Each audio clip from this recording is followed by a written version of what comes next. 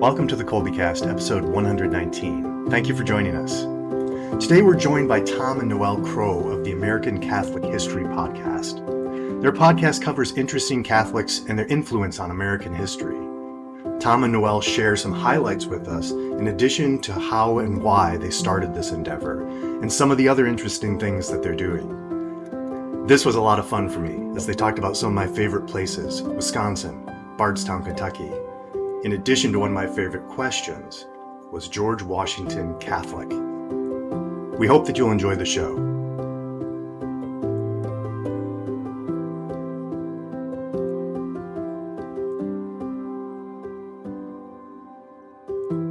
Hi there, I'm Bonnie, liturgical musician, popcorn and podcast fanatic, and Kolbe homeschooling mom to 4 lads and lasses of middle and high school age. And this is Stephen, homeschooling father of 5 and director of development for Kolbe Academy.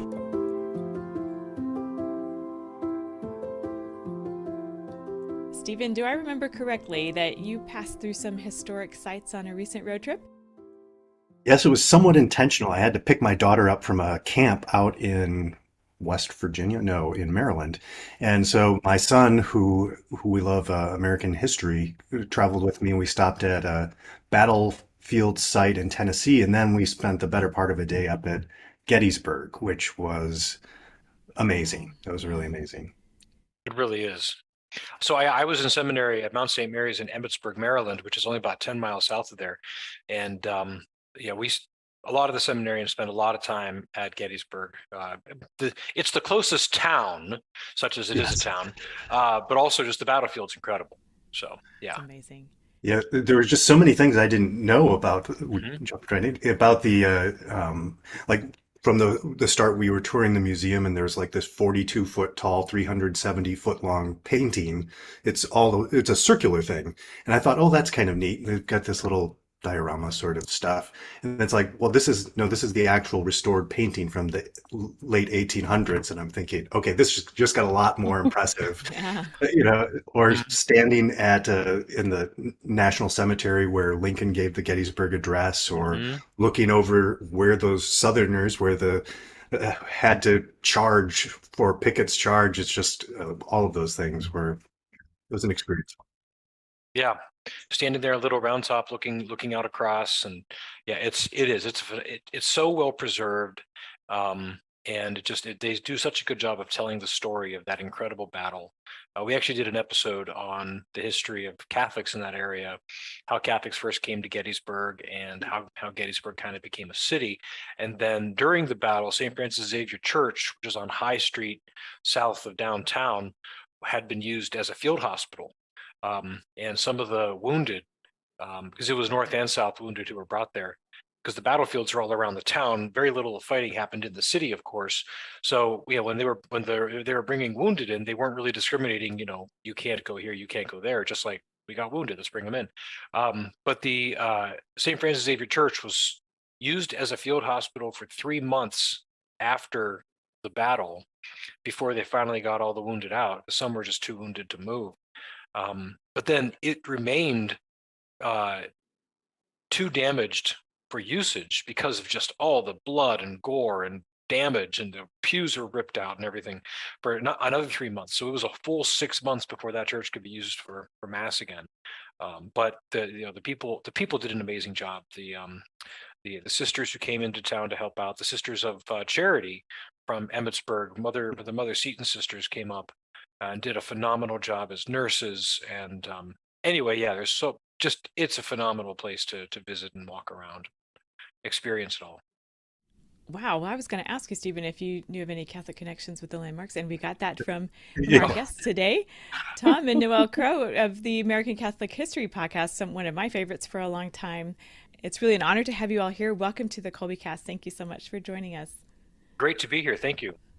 Yes, thank you for having us. You're welcome. You're welcome. I've mentioned before my affinity for audiobooks. When our homeschool era began, this is our 6th year homeschooling, and we were doing history as a homeschool course, I supplemented the Kolbe texts that we used with the audiobook version of The Story of Civilization by Philip Campbell.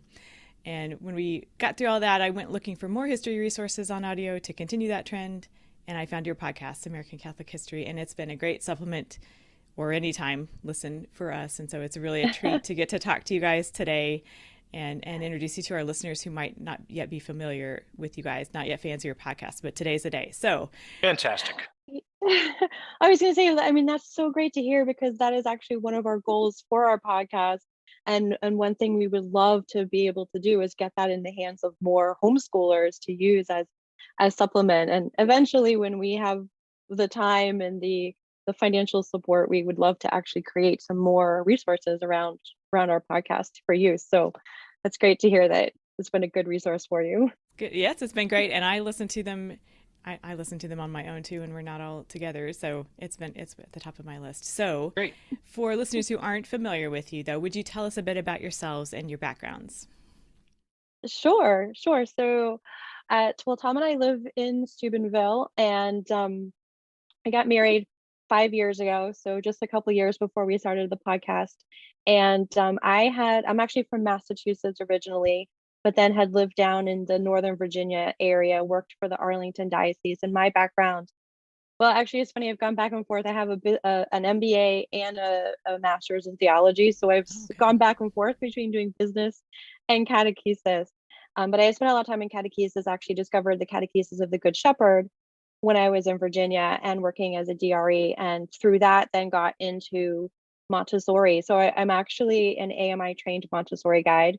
And Tom and I, in addition to the podcast, we actually started our own Montessori school here in Steubenville. So we do that as well as the podcast. Just a few things. Yeah. Just a few things. Dabble in some stuff. Okay. I had no idea. Poor Tom. He didn't know what he was getting into when he married me. I don't know my ideas. That goes both ways. That's true. Okay. So anyways, Tom and I, though, so I'll let Tom pick it up from here, but we actually both lived, so two interesting things. We both lived in the Northern Virginia area for 8 years, but we only overlapped by 6 months, and we didn't meet until we had both moved from there.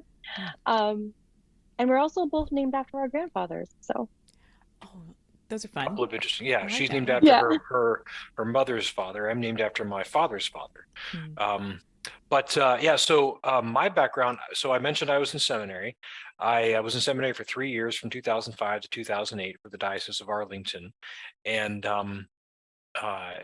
when I left that, I moved to Steubenville, had a job at Franciscan University for 12 years, worked in marketing and research, marketing and website, social media, that sort of thing. But history was always sort of something that I was interested in. And actually, the part of how this got started, and this will get into, I'm sure, one of your other questions, but in 2013, Emily Stimpson, Emily Chapman, she's an old friend of mine from my time down in DC. I was down there from 2000 to 2008. She moved here to Steubenville in 2002, and I moved here in 2008 when I left seminary, moved in with a friend of mine who lived here in town.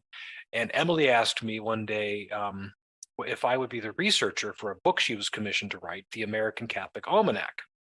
And I said, well, I'm interested in research, I'm interested in history, and I'm Catholic. So sure, I had not much knowledge about American Catholic history, but it's like, how hard can it be? Well, so my job was to find a story a day for every single day of the year in the history of Catholics in America. Anything from, the founding of the Diocese of Baltimore to, when Newt Rockne became Catholic, and everything in between.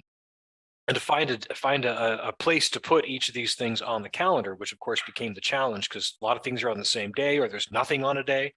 But that's how I got into it. And I'm Irish.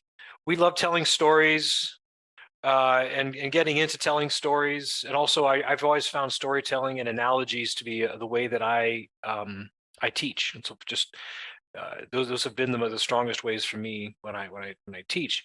And then when Noëlle and I got married in 2017, and one of my tendencies was always, hey, I will, something will come up and I'll say, oh my gosh, that reminds me of this story. Have you heard the one about? Sometimes it's a joke, but frequently it's a story. And eventually Noëlle, who's like, yes, I've heard that. Yes, I've heard that. Okay, here's a new one. Well, she was like, hey, that's a podcast. But so that's kind of the background here. You're from Youngstown? I'm from Youngstown, just up the road. Okay. Yeah. That was part of why you came Didn't back to really. Steubenville. Yeah, Okay. my parents are still in Youngstown, Nice. so it's about an hour north of here, and so it was coming back to Ohio was a bit of a homecoming for me, Okay. and so bit of background. Okay. Well, that book is has a pride of place on a shelf here in our house. We really enjoy that. That's a favorite book Great. of ours here. So that's fantastic. To Yeah. make that connection. Yeah, it's been a great one. So I don't think I can name one favorite episode of your show, but a few that come to mind for me. Okay, so get ready because I've got a list, and I had to stop myself. I'll keep it to Frank Capra, Father Mill Capon, Gene Kranz because I'm a space program buff, Blessed Stanley Rother, and the Loretto Staircase in Santa Fe, which I had the privilege of seeing as a college student. I thought that was really amazing. But I'll stop there. But I instead want to highlight the breadth of topics or people really that y'all cover. Everyone from canonized saints to historical figures to actors, sports stars, pillars of society, and less well-known folks. Not all of them yet recognized as a church as now residing in the halls of heaven, but each influenced somehow by Catholicism or their Catholic faith. So you hinted at it already as some of the beginnings of your podcast, but could you tell us how it kind of went from the impetus of the idea to what it is now? So I'll talk about the topics. Noelle can she can tell the story of how it's kind of the mechanics of how it came to be, because she was the one who really made it happen. Okay. I'm the writer. She's the ideas person, I guess is one way to put it. Okay. So as far as how we pick topics and the creative process, I mean, you really did touch on something that's very important to why we do it and how we do it. So one of the biggest takeaways I had when I was doing that book, and this was the thing that blew me away, was the number and breadth and depth in so many different ways of the impact of Catholics on this country. So you listed a number of them: sports figures, politicians, scientists, educators, founders, you name the walk of life, people who are just parents going about their lives, mystics, the number of areas of this country physically, geographically, culturally, temperamentally, politically, artistically, all those, I mean, the number of places where Catholics have had a profound impact just blew me away. And the number of them who made an impact on this country by solely because of their love of Christ. Some of them, they were sort of incidentally Catholic and it had a little bit of effect on their life, like Newt Rockne. I mentioned him earlier. He became Catholic because of the faith of the Notre Dame football players. That's what he was a devout Lutheran. Or he was Lutheran. I'm not sure how devout he was, but he became Catholic because of the example of his Notre Dame football players. But now he's his cultural icon, and he died with the rosary in his hand. He went down in a plane crash, and he died with the rosary in his hand. So to what degree did his Catholic faith have an impact on things around him? Well, not as big as someone's like, say, John Carroll, the first bishop of Baltimore, but just that cultural impact. But the number of people, like just to name a few names that most listeners probably wouldn't know of, but like Sister Blandina, Venerable Nelson Baker, Pierre de Smet, who a lot of the country would know of, but most people wouldn't. One of my favorites, Benedict Joseph Flagey, who was first bishop of Bardstown in Kentucky. Simon Broutet, John Dubois, the third bishop of New York, he's buried under the flagstones walking into the old cathedral, the old St. Patrick's Cathedral in Lower Manhattan, because he said he was to this day, he's the only non-Irishman to be Bishop of New York, Bishop or Archbishop of New York.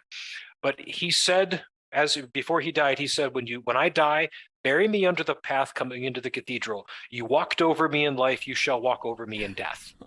And so they did. But he was an incredibly holy man, and this is a man who he fled the French Revolution. He was spirited out of Paris because of his relationship. He was school chums with Robespierre. One of his parishioners in Paris was the wife of Lafayette. So he had letters from Lafayette to recommend him to Patrick Henry and James Monroe when he came over. He lived in James Monroe's house, learned English from Patrick Henry, offered mass in the State House in Richmond, This was in the 1792-ish. Then he gets sent by Bishop Carroll north toward Frederick, Maryland, and then he goes up to Emmitsburg, where he founds Mount St. Mary's, the second seminary in the country. And he helps Mother Seton establish the Sisters of Charity. He reluctantly accepted John Hughes, this character named John Hughes, to be a seminarian, only because Mother Seton insisted that he accept John Hughes as a seminary in Mount St. Mary's. He goes to New York, and he's the third bishop of New York, who is then succeeded by John Hughes, who is one of the most significant churchmen in the history of the country. But people don't really know about John Dubois. But that's just one story. There's so many of these, as you know, from listening to the podcast, and I get very passionate about it. And this is part of why we have to script it, because otherwise I'd go on these these sort of rants, because it's such amazing stuff. The line I use, and Noelle's heard all of this before, the line I use is, we as Catholics in America, we don't need to cross an ocean, any international boundary, to find amazing people who did amazing things for Christ. We have them right here. We really do. And they're all over, from sea to shining sea, Alaska, Hawaii. We have them all over. And we have such a rich history here that, and we have no idea what we have. It's a tragedy. And that's what we're trying to change. I think it feels such a need to highlight the contributions of Catholics to American history, when for many of us those have been either footnotes or omitted from the history that we've learned along the way. So to have this resource to fill in this depth of richness, it's just amazing. So now all my kids are enrolled in Kolbe's online history courses. We started out doing the homeschool side. Now they're all online. And this year, the 8th graders are using the American Venture, which is a brand new textbook from the Catholic Textbook Project. And when I learned about that new textbook, I thought of your podcast and thought the timing was just right to talk about both. And as an aside, the homeschool course plans for that new textbook are in the works for next school year, 23-24. And for now, those on the homeschool side are still using Light to the Nations Part 2, which is another Catholic Textbook Project book. So anyway, I'm very curious to hear about your process and all your logistics, Noëlle. Would you take us through those? Okay, so first, I guess you had asked the question about how we actually started the podcast. Yep. So I had been, like Tom said, he would just say, "Oh, this reminds me of this story," or whatever. And Emily was actually a point of contact for us. Actually, it was through her that we met, because Tom was friends with her, and I also knew her. And it took a little while, but eventually we met. So I knew about the almanac as well. So when Tom would tell the stories, I had read them, and I'd known about the process of the almanac being made and everything, though I'd never met Tom during that process. So yeah, I would say, I've been listening while I drive. I listen to podcasts. I'm like, this is a podcast. This could be made into a podcast. And it took a while to convince him that that's what we should do. But really what convinced him, my friend, Dom Bettinelli, who was another person that I went to school here in Steubenville at Franciscan University. We went to school together, and he and his wife and family came to stay overnight with us on the way to Kentucky, actually. And I knew that he had been involved with podcasts and some other things. He had worked for the Archdiocese of Boston. So, he lives back in Boston, where I'm from. So while we were at a dinner, I just asked him, "So what do you think of this idea?" I wasn't asking really to get, for him to do a lot of help, just sort of, what did he think? Did he have some suggestions for how to start? And then that's when I found out I actually didn't realize he had left and was now working for the SQPN network, and it was their CEO. I hadn't realized that he had made that complete switch. So we left dinner and drove home, and they drove home separately. And by the time we got back home, he said, "If you make us a demo, I think our board would be interested in picking up your podcast." Oh, nice. So we were like, wow, that's amazing. Yes. So we're really, really grateful to SQPN for helping us get started, for, helping us get our foot in the door of how to do this podcasting thing. And it took us a little while to kind of put together what was our format, how is it going to work, and everything. But, with Dom's help, eventually we came to, what you get on a weekly, or right now for the summer, we've been taking a little bit of step back and doing a bi-weekly episodes in the podcast. But what Tom was talking about in terms of, or what you were also talking about in terms of the breadth of what we do that very intentionally. When we sit down and talk about, well, what's the next topic, or what are the next 2 or 3 topics we want to start researching and looking at, we really do think about, okay, we haven't done somebody from out west for a while. We should make sure we get somebody out there, and what stories can we find? And, we haven't talked about, women for a while. It's been kind of more some priests that we've been talking about. Let's make sure we try and find a story about women, or a particular woman. Can we find somebody who's a scientist? Can we find somebody who is a sports figure? We do tie it a little bit to the times of the year. So if you'll notice, pretty much I think every April we've done a baseball figure, because it's April and that's when baseball is starting. So other times right around Memorial Day, we'll often do a chaplain. I think we've done chaplains, and you talked about Father Capon. We did his story around Memorial Day. So we use those things as well to kind of think, there's a Marian feast day coming up. Can we talk about something Marian, in the country? Just what can we talk about around those things? That kind of helps us kind of structure a little bit. And then we get suggestions. Listeners send us suggestions of stories or in conversations, and then we go look them up and say, hey, that's a really cool story. We could do something with this and turn it into a story. So we're always really grateful for the listeners who send us suggestions of things that we could talk about. And then just random stories. You read something and you go, that person, like, this sounds like there might be some Catholicism in there. Let me go take a look and see what I can find. And, and then we find an interesting story that way. So there's just a variety of ways that we figure out what topic we want to do. Tom is, I think, as he mentioned before, the main writer. I will try to find some resources, put some things together for him. Sometimes he just jumps on it and starts doing that himself, and he does the main writing for everything, and then I get to edit it and make my comments. And I often will put in you put in your part here, like in the episode we just recorded the other night. It's actually about something down in Northern Virginia. It's St. Mary of Sorrows Parish in Fairfax Station, and since both of us spent time living in the area, I knew what I was going to say about my personal experience there. It's one of the places I spent a summer as a seminarian, and then for her, I just put in brackets, tell us your personal involvement here. Yeah. So, but often, but he also writes in for me, like, you say, ha ha, you're so crazy, or whatever. Well, when it works. He's like, I know you're gonna say that, so here, it's already written in for you. But ad-libbing is part of the game. Ad-libbing is part of the game. So this it's kind of like it's like this or similar words, So yeah. Sometimes, but we do really, in order to do a podcast that's telling a story, and that you're keeping it really tight and keeping it within that, hopefully that 20-minute period, in order to get, all the details in, to make sure it flows, you really do have to have it scripted. Because if we just sat down and we're like, well, let's just tell you the story, you end up with so many ums and pauses and trying to recall the details, and yeah, that also a whole lot of oh, I forgot to say this. Yeah. Unless you practice it many times, which when you're doing a weekly podcast and telling a story every week, you don't have time to do.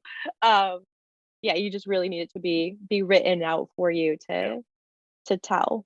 But we're still telling a story, so we're still, even though it's written for us, we're still telling a story and making sure that that's not just a monotone reading, but we're telling it. Yeah. So. One of the most, I won't say one of the most common, but one thing we've heard a lot is that people appreciate that we don't do a lot of inside baseball talk. We don't do a lot of personal chatter and whatnot. We just get right to the topic, and that's partly the nature of our podcast. We're not doing a conversational thing where it's like, look, like this. We don't do an interview conversation sort of a thing as our podcast. We tell a story, and it's very tight. And this, like, we get in, we tell the story, we get out. There's just a minimum amounts of make it personal if that applies, but keep it to what it needs to be, no more, and no less. But keep it tight, keep it interesting, make it personal if you can, and then keep people interested. Yes. So, well, thank you. Yes, but we do. Speaking of these kind of interviews, though, we do another series that is a video series called American Catholic History Conversations, where we get to talk to subject matter experts at that point and have discussions with them about going a little bit more in depth into some of the things that we talk about on the podcast. So we do that. That's a series for our subscribers or our supporters, people who are supporting us monetarily, but we also put little clips up on our social media as well for people to just get a little taste of that. So those are also available for people as something extra. Got a lot going on. I would imagine if it's hard for me to pick, I can only imagine how much more difficult it would be for you to pick. Do you have any standout episodes or people you've featured? Yes. Yeah. Okay. No, to tell you the truth, what you're saying is so true. Every single episode we do, pretty much, we're like, this episode was so great. This is like my favorite ever, right? For me, one of my favorites, and Tom mentioned her before, that we talked about, and it was actually the first person we did 2 episodes on, was Sister Blandina Sagali. She has such a fun story, and she was just such an amazing can-do person.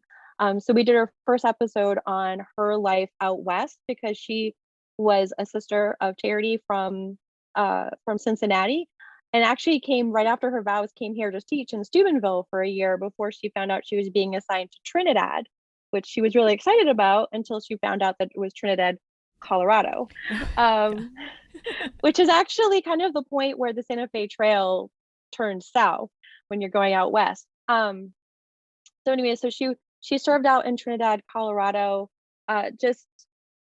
She was, I don't even know if she was 5 foot tall.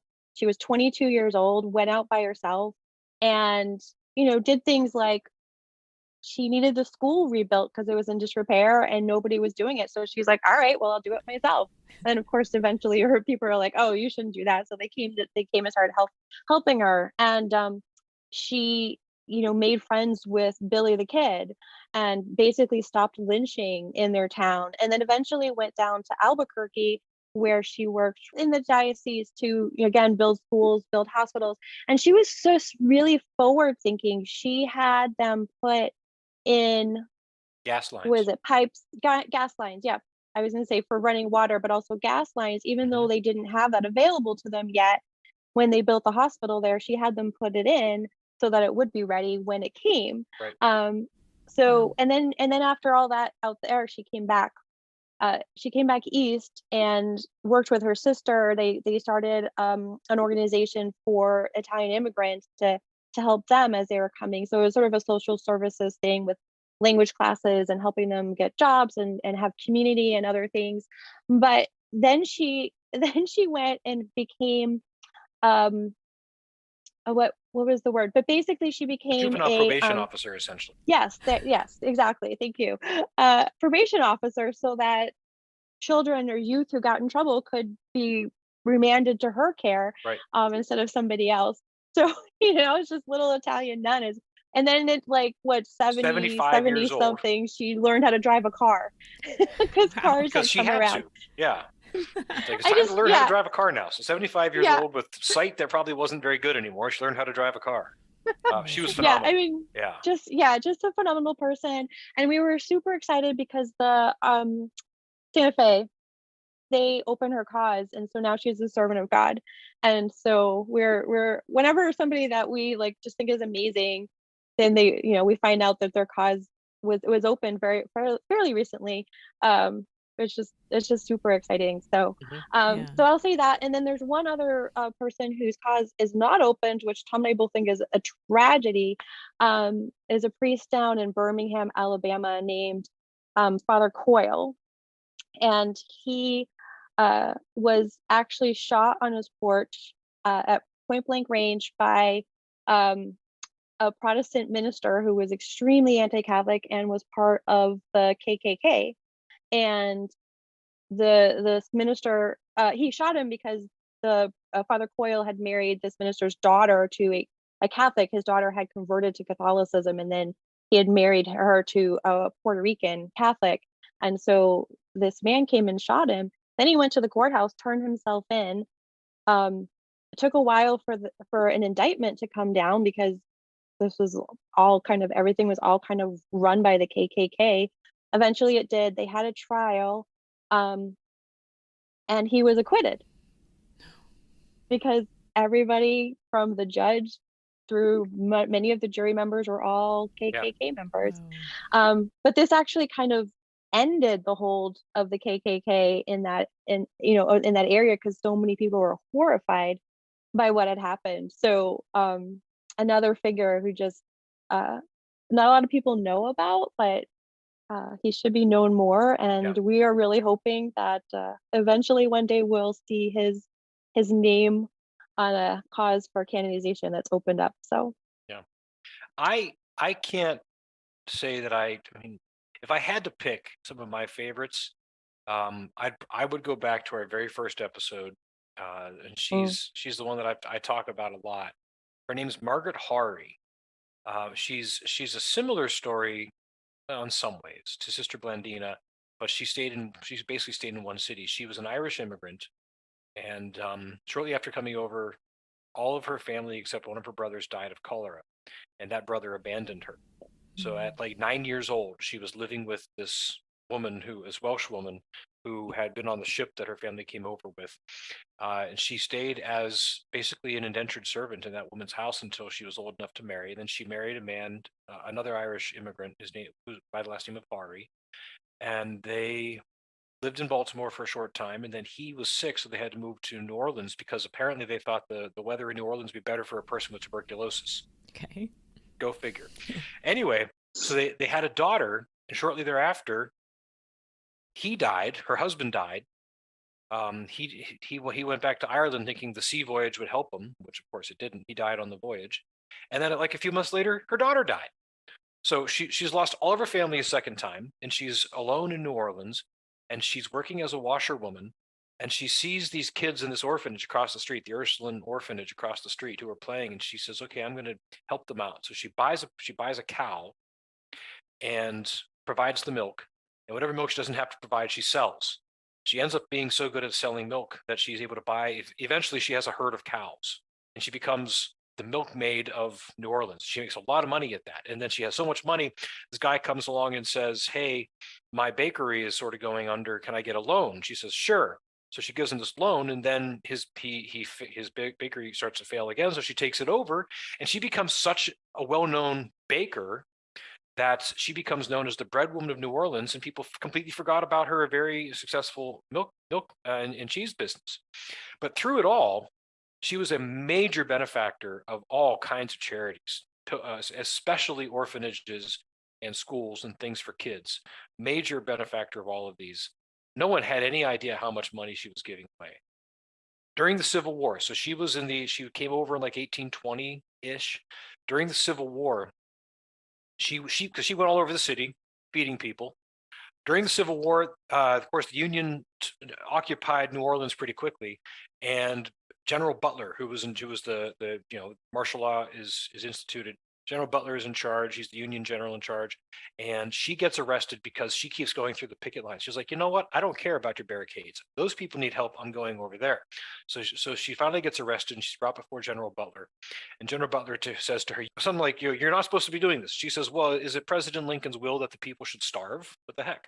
And he says to her, "You are not to travel around the city without my permission. You have my permission." And that was the end of that. So Okay. she's like, "I'm going to do it. You can either shoot me or give me permission, because I'm going to do it." And so she did. When she died in the 1880s, I think like 1885, she died. When she died, it was considered a public calamity. The newspaper was edged in black, and on her coffin was a crucifix that was sent over by Pius IX because he regarded her so highly. And you forgot she was the first woman to have Yes. a Public monument erected to her in the country. Wow. But it was small donations by a lot of different people, right? That they were able to put up this first public monument to Within a a year of her woman. death, Hmm. she was that well regarded, and all it says on it is Margaret. It's her sitting in a chair with her arm around a child who's standing next to her, and just says Margaret because it's all that was needed. Everybody knew who she was. The only other person I'll mention is the only person who is interred in the Cathedral Basilica of the Immaculate Conception in Denver, and that is Julia Greeley. Hmm. This woman was phenomenal. She was a slave who was freed, and she was in Missouri, and she moved to Colorado with the family. So after she was freed, she worked as a servant with his family in St. Louis. She moved to Denver with the family when they moved there, and remained as a servant. But every Friday, she would go around with her little red wagon. She was known for her little red wagon. Every first was it every Friday or just every first Friday? First Fridays. First Fridays, yeah. Sacred Heart devotion. She'd go around Yep. with materials for the Sacred Heart devotion to all of the firehouses because she so valued the service of firemen. It's like these people will give their life to save you in a fire, so she wanted to make sure they had the devotion of the Sacred Heart. But that's just a small thing she did. Whenever she heard somebody needed something, she would make it her business to make sure they got it. She would go to the girls from wealthy families and say, when you're done with those nice dresses, give them to me and I'll fix whatever tears they have so I can give them to the poor girls so that they have nice dresses for the dances too. She was seen carrying mattresses around. She was a little tiny old black woman, but she would carry mattresses around, or like if somebody needed a stroller, somehow she'd get her hands on a stroller and bring it to the people who needed a stroller. There was a couple who couldn't have a baby, and she prayed with them and said, you'll have a baby next year. And they did. Actually, and this was all, so this is an example of when this is why we script it. Forgot about something. When she was a child, before she was freed from slavery, her mother was being whipped, and she was standing there witnessing this, and the whip missed and caught her right in the eye, and it was never treated properly, and it was never healed properly. So she had like a weeping eye her entire life. She was constantly carrying a towel to daub at it. But she never complained. When she died, it was a massive funeral at the Sacred Heart Church. That was her big devotion. Sacred Heart Church in Denver, massive funeral.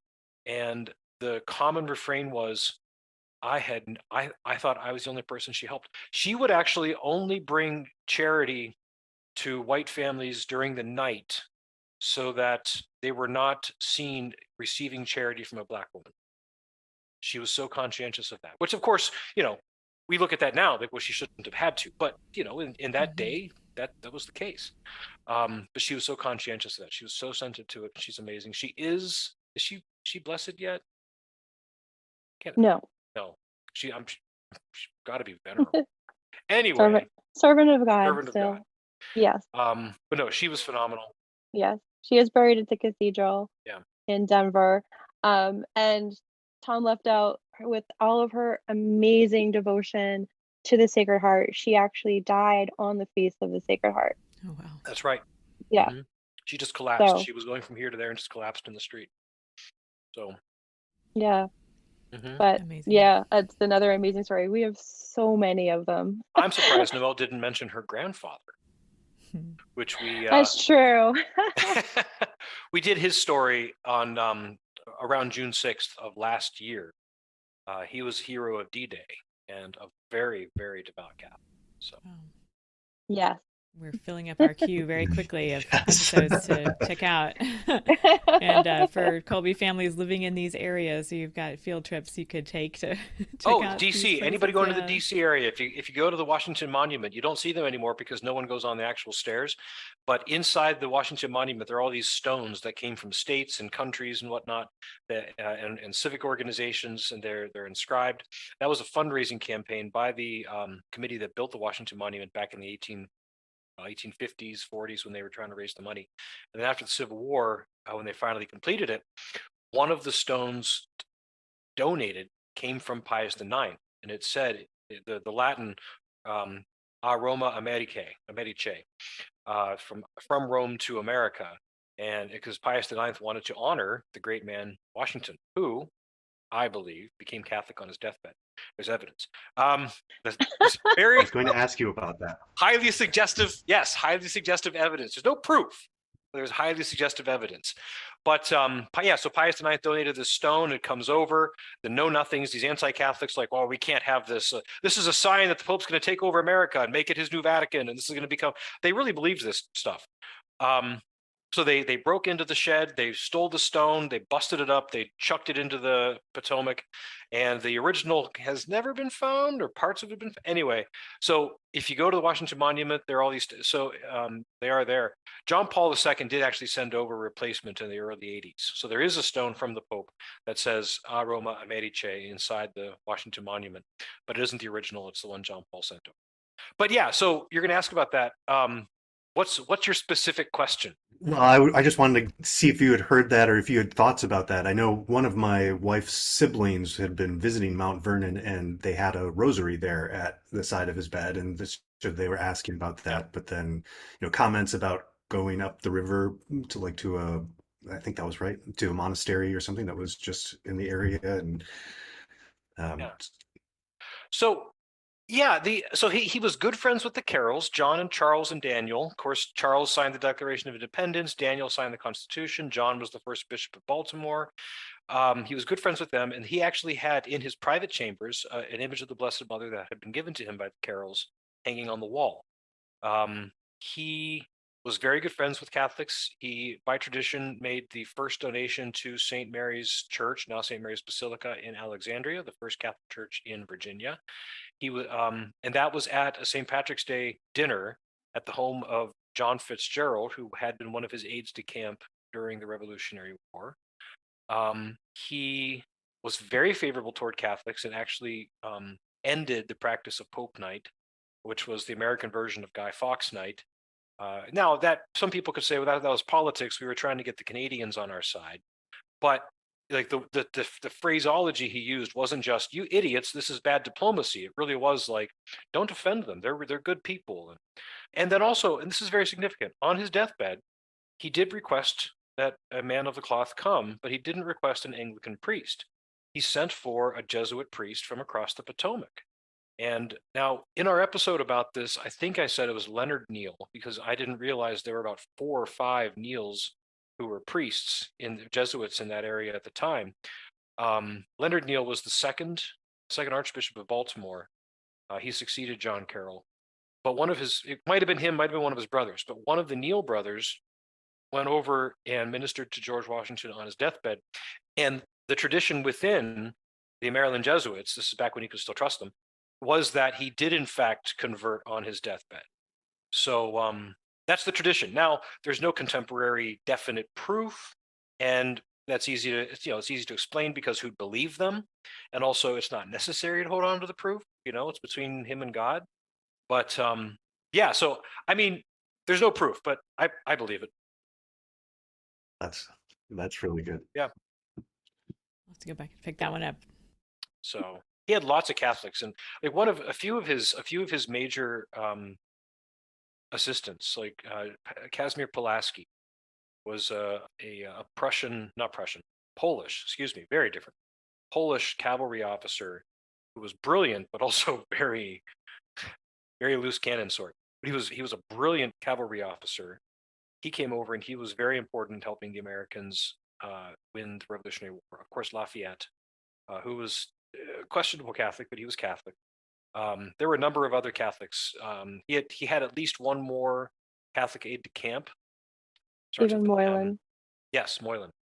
So no, he had a lot of Catholics around him during the Revolutionary War. So yeah, I believe it. I did not get that story when I was taking American history as a high schooler. So, but that's the point. That's right. Exactly. Yeah. Yes. So it's fascinating. We actually did do an episode on that with George Washington Catholic question mark, just kind of looking at some of that evidence and the possibility. So Share that with my son here. We'll have to listen to that together. Mhm. Yeah. And the episode on the Pope Stone, that was really interesting. I listened to that one here recently. Yeah, that's a fascinating story. Right up to the present day, they still don't know for certain what happened, but it's like, well, there was this barkeeper who eventually told somebody before he died. Like, interesting. So, yeah. So this is just me asking, getting all sorts of interesting ideas. Do you have anything on the Mary appearing to Andrew Jackson? No. mhm. But we also haven't done Andrew Jackson going. So Andrew Jackson, of course, he attributed his victory in the Battle of New Orleans at the end of the War of 1812 to the prayers of the Ursuline nuns down there in New Orleans. And after that victory, he went back to them and told them, "Thank you for your prayers. You are the reason we won." But I actually had not heard about that. So I'm going to jot that down. I think she appeared to spare to protect something, or I can't remember the exact details of it, but I've heard that happened at least. Oh, I had not heard I'm that. going to write that down. Go. All right. So I think these are all great illustrations of how the contributions of Catholics to our American history, they're great and many and varied, and there are so many more than most of us know about. So you're bringing so many of them to light. What do you think about, in our present day, the relevance and the importance to us today, thinking about our Kolbe families and hearing these stories and learning American history and the Catholic role in it? So I have two thoughts. We actually did talking about our conversations that we do. We did one with Dr. Matthew Brenninger, who's a psychology professor on campus at Francis University, and he also has his own practice as well. And we did it about actually sort of that topic, knowing your history and why it's important to know your history and the importance of being rooted in your identity for your your self health. Actually, he actually talked about if you have people can only deal with so many choices, and if we have too many choices, it's actually a lack of freedom. We actually get stuck and um, we can't move. And so part of knowing our history and knowing our Catholic history in America is actually knowing who we are as Catholics, who our family is, and for good or bad, who those people are. And we hope that through our stories, people can feel a sense of pride or a sense of this is who we are. This is what I come from, and I can be proud of that. So I think that's really important. And then the other thing that I think of, and I kind of talk about this a lot, but John Paul II had a post-synodal exhortation called Ecclesia in America, and he was talking to both North and South America. But essentially, at the beginning of that document, he said, Americans, get to know your own saints, get to know the people who have been holy right where you are. And so it's really important for us to not just it's great to have devotions to saints that are from France. We were talking about the connection between Saint Therese of Little Flower and Americans, which is a really interesting, surprising connection earlier today. But and it's great to have a devotion to Saint Therese and in France, or some of the Italian saints or whatever. It's absolutely great, but it's also really important that we get to know and discover and develop devotions to our own saints who lived and worked right here where we are as well. Who built where we are, who know the terrain, who were part of the culture that we are part of now. And so I hope that as we tell stories, that people will discover somebody like a Sister Landina or like a Julia Greeley, who's somewhere on that path to sainthood, and will start to develop devotions to them, to our own local saints. So. Yeah, and to expand a bit on something she was saying with what Matt Bruninger said. So what, and she touched on this, but in order to be able to go out and experience new things and experiment with new things and learn new things and be comfortable in doing so, you have to know where you're from. You have to have that foundation in who you are, where you came from, so that you have a frame of reference and you have a comfort base to go out and say, okay, and this is part of the choices she was talking about. You know, if you don't have that foundation, then you need to figure out what it is. So then you have that whole range of choices, if you will, of am I this, am I this, am I this? Depending on what I am among those things, that would change the way I interact with that thing over there. And of course, we see this somewhat in or the problems with not having a firm foundation in a lot of the confusion in gender ideology and a lot of the different confusions we're seeing in society these days, where people don't know what they are because everything is on the table and nothing's grounded in reality anymore.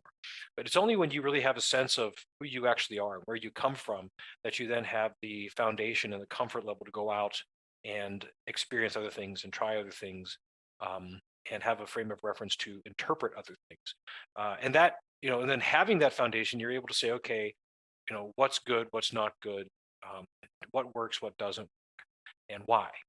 Also, to riff on what Noëlle was saying a bit, since we have such a tremendous heritage in this country, we have so many people, so many of our major cities were founded by Catholics. Catholics are involved in tons of things. One of the last things Charles Carroll did before he died, his last public event was laying the cornerstone for the B&O Railroad. Wow. He was one of the trustees to establish the B&O Railroad. So the man who was the only Catholic to sign the Declaration of Independence, the wealthiest man in the colonies at the time of the Revolution, which he was from my research, was the man who laid the cornerstone for the B&O Railroad, a very significant institution in our nation's history. So we can say, we Catholics have a role to play. We have had a role to play. We have been an integral part of this country since its founding. Our ideas, our doctrines, our ethos, our culture has been a significant part of forming this country. It's still a predominantly Protestant culture and foundation, but we Catholics have had a significant impact on it, and we need to remember that, and then be able to say, here's the contribution we can continue to bring. But we can't do that if we don't know our own history and we don't know who did these things and what they did and how they did it and what they said and who they influenced and how they influenced them and how they can continue to inspire and influence us.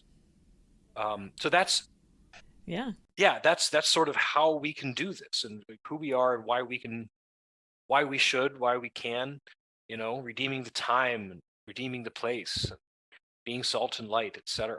So yeah. Here at Kolbe, we sometimes talk about embracing the fifth day, taking a day to, outside of school to go do something interesting. And we've talked with people about like finding things in your area that you can go and see rather than, thinking about making big trips. So this is just clicking all of these things in my head here that for our kids to be able to go to a local place and say, look, some of the stories you've told here, this is amazing Catholic person lived here. It makes it so much more concrete in the mind of a child that great Catholics did great things right here in my backyard. And like you're saying, you don't have to go back to ancient Rome or to go across the ocean to experience that. It's right here, and you can actually see the places where they walked, and you can see where they're buried. Yeah, and it's not just people like Sister Blandina or Julia Greeley or even the bishops and other religious founders. We're talking scientists too. There are great scientists in this country. John von Neumann. Now, some people may say, well, he wasn't one to tip your cap about because he was instrumental in the Manhattan Project, and he designed the trigger mechanism for the atomic bomb. That was before he was Catholic. But he did come around at the end of his life on his deathbed. So he's one example. Then there's Sister Miriam Stimpson. She was a Dominican sister who she developed the process that made it possible to see DNA. Like, she wasn't the one who discovered DNA, but a discovery she made it possible. Couldn't have happened without her discovery. So there's another one. Gene Kranz. You mentioned Gene Kranz. He was so instrumental in making sure that we didn't have another disaster in mission control with the space program. Then you get into athletes. Roger Maris. People don't realize he was Catholic. Of course, Yogi Berra it's funny. The only baseball players we've done are prominent Yankees. One also being a prominent Red Sox in Babe Ruth. But yeah, there are Catholics in all these other walks of life. The one who wrote Trees, Joyce Kilmer. Kilmer. He was a husband. He was a literary person. He was a poet. He was a soldier. He died heroically on the battlefield in France. It isn't just religious figures. It's people just in all walks of life who brought their faith to bear on their life and their family life and their friendships. Salt and light, wherever it is, wherever you are. I like how you tell their stories in a very relatable way. They seem, you don't put the sheen on the story. You show the hope throughout, the faith that they come to or have held on to throughout their lives that has either sustains them or is a turning point for them that makes it very it makes it seem attainable for people listening. Yes. So yeah. We're Catholic. We recognize that we're all this is fallen humanity, and we have confession and we have the sacraments, and we're all fallible, fallen human beings, and that's part of the story. The question isn't, have you sinned? Yes, you have. Everybody has, except for Mary and Jesus. The only question is, what will you do about it? Yeah. What will you let God do about it? Mm-hmm. That's the question. And telling the people's stories with all of their warts is part, like you said, it's part of hope. If you try and tell the story in a saccharine, sanitized sort of a way, you're completely missing the point. And we've had some people tell us, hey, we like the way that you approach the slavery question, which is a major and very sticky question in the history of the country, of course, and certainly in the history of the Catholic Church in America, because different bishops took different approaches, and some of them were more laudable than others, but all of them were considering the conditions of the time, which can be a bad thing, but it's also a necessary thing to a health, in a healthy way. You can't look at history and say, well, from a 2022 perspective, what that person did was evil, because that person wasn't operating in 2022. So yeah, you have to look at these things as best as you can in context, try and understand them from their own perspective, and then of course look at it all through the eyes of grace and redemption, and do your best to just see the humanity and tell the story, and find the inspiring points. So quite successful at that. Well, thank you. For homeschooling families, you guys make it really easy to get out there and find local sites, because your website has your episodes organized by state, so we can look up people who are close to us and maybe listen to the episode on the way there or before that, and just kind of make a whole, that it really kind of, at least for me, that would be a stepping stone. Like, okay, I could do that. We found, here's an idea, here's something to give us some background, and let's go do this, not too far, or keep an eye on the progression of this person's cause for canonization or whatever. So it's been a great tool, and that's a little idea to kind of drop out there for people who are looking for something like that. That's great. We we were talking before about getting to certain places or whatever. We lead pilgrimages also to certain places, and we did one to Kentucky last year, which was amazing. It was such a great pilgrimage, and there's an area of Kentucky right around Bardstown, which was one of the first dioceses broken out of Baltimore. And if you ever wondered why Bardstown, like I always did, well, come to the Kentucky Holy Land, you'll find out. But one of the amazing things we were there talking about being at those places, the first Trappists who came to the United States are buried in the churchyard of the first parish that's west of the Appalachians. And the first Dominicans who came to the United States are buried at St. Rose Priory, which is their home in the United States. Actually, all the Dominicans in the United States were first established in Kentucky and then branched out from there. And so to me, there was just something indescribable, the feeling of being right at that place where these first pioneers had brought the faith and had brought their particular charism, their particular way that they lived out the faith within their communities, had brought those to the United States. It was just super powerful.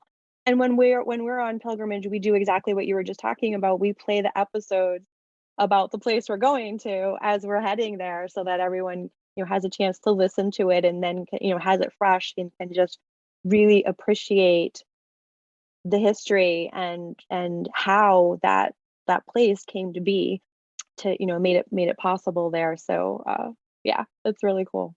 Yeah, I was going to ask you about your pilgrimages. I'm glad you said something about that. Do you have more you want to tell us about that? What's coming up, maybe? Yeah, so coming up, we have a pilgrimage or sort of a mini pilgrimage in September. It's a pre-event to the National Conference for Single Catholics. Yeah, they just changed the name. It was the National Catholic Singles Conference for many, many years, but they're in the process of changing to the National Conference for Single Catholics, which is, it's like I gotta rewire my brain to say it this way. Now you got to practice all over again. Yeah, that's right. Yes. But that conference is going to be in the Northern Virginia area, right outside of Dulles Airport this year. So we're going to be doing a little mini pilgrimage to down south in Maryland, where the Ark and Dove landed. And the first English Catholics came to America, came to the colonies, and founded Maryland. And then we're going to go up to Annapolis. Tom's been talking about Charles Carroll, so we're going to go up to the Charles Carroll House in Annapolis and some places around there.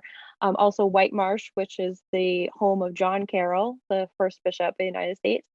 And then we're going to go out to Mount Vernon and see Tom's favorite possible Catholic, George Washington's home, and then out to St. Mary's and around in Old Town Alexandria, where George Washington and John Fitzgerald, where they lived and walked and worked to establish a Catholic church there.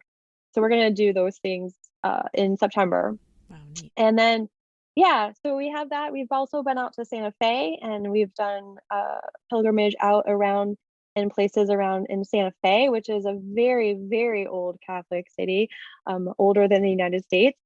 And also up in Wisconsin, there are surprising number of Catholic sites in Wisconsin, shrines. The only approved Marian apparition in the United States is in Wisconsin. And then, of course, you've got Lambeau Field and Vince Lombardi. So we got a good mixture up there in Wisconsin. And then plus cheese and beer. Plus cheese and beer. Yes, we always try to incorporate local food and drink while Again, we're on Catholic. pilgrimage. For sure. And one day, Tom talked about Margaret Hari. One day we hope to get down to New Orleans and lead a pilgrimage down in New Orleans, and some of the sites, the Ursuline Convent, Margaret Hari, St. Patrick's Church, which Margaret Hari helped to build, and some other sites down there. Also, Venerable Henriette Delille and the St. Augustine's, the Black Catholic parish that's down there as well.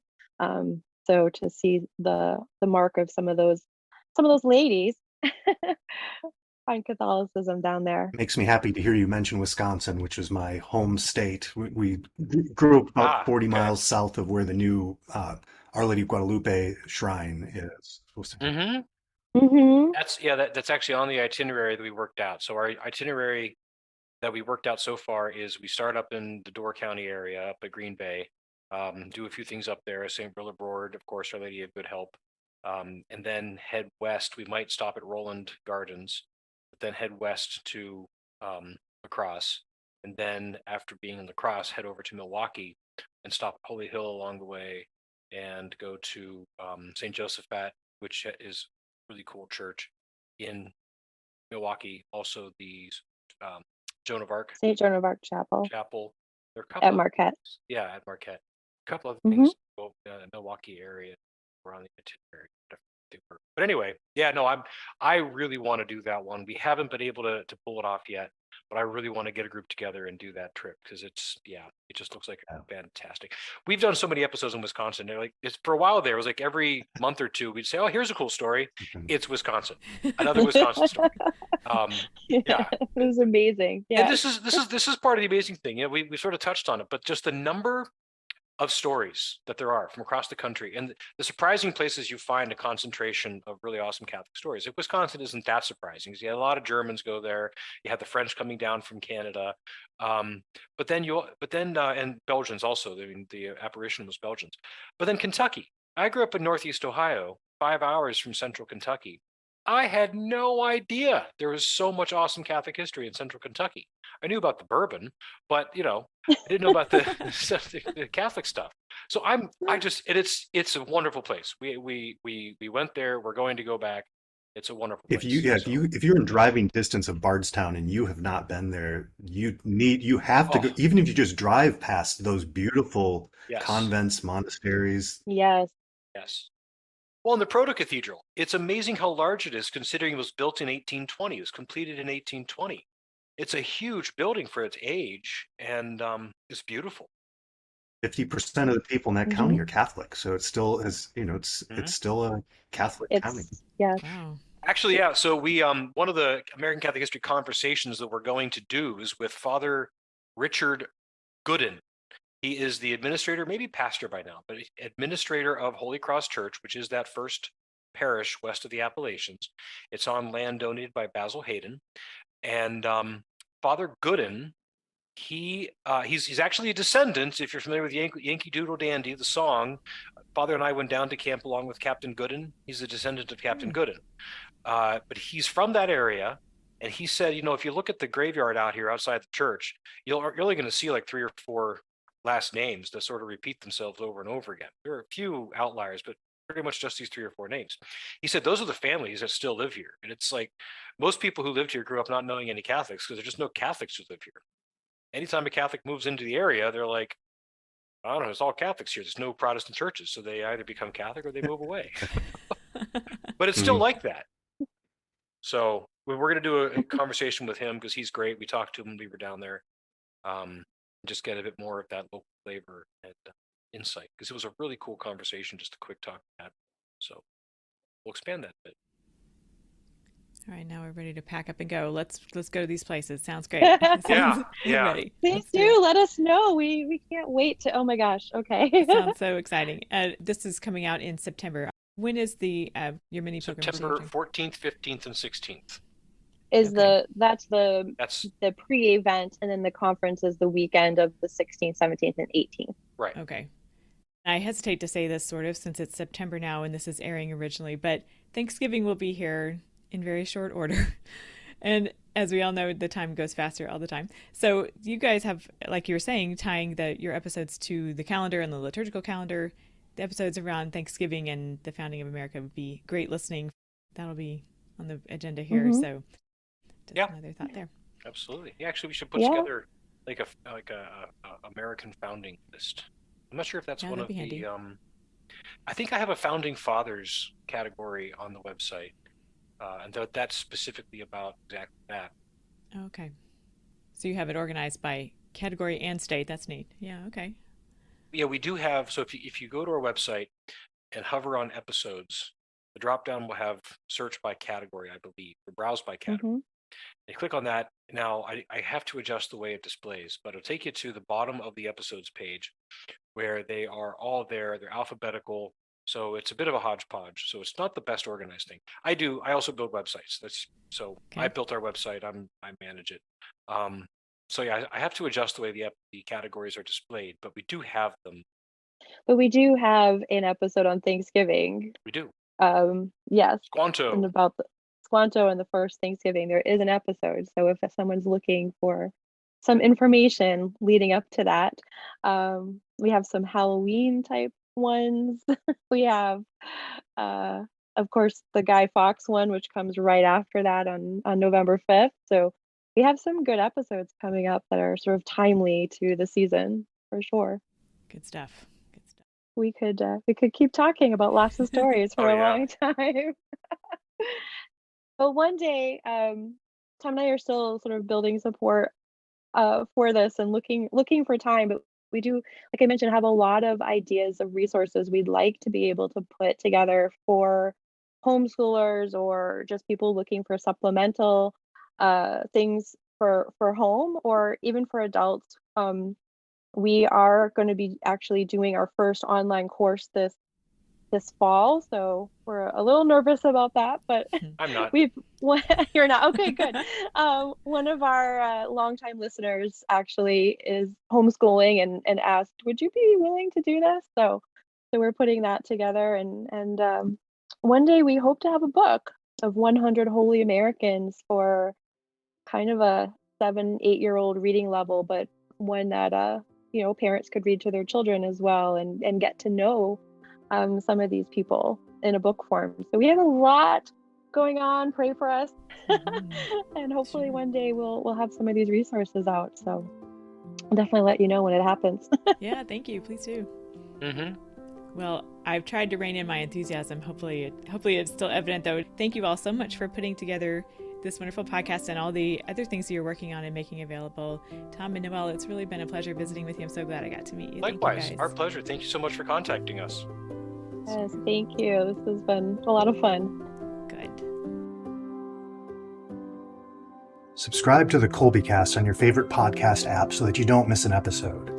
And let us know how we're doing by leaving a rating or a review. And as always, feel free to email us at podcast@kolbe.org. Mary our Mother, pray for us. St. Maximilian Kolbe, pray for us. Ad Maiorem Dei Gloriam.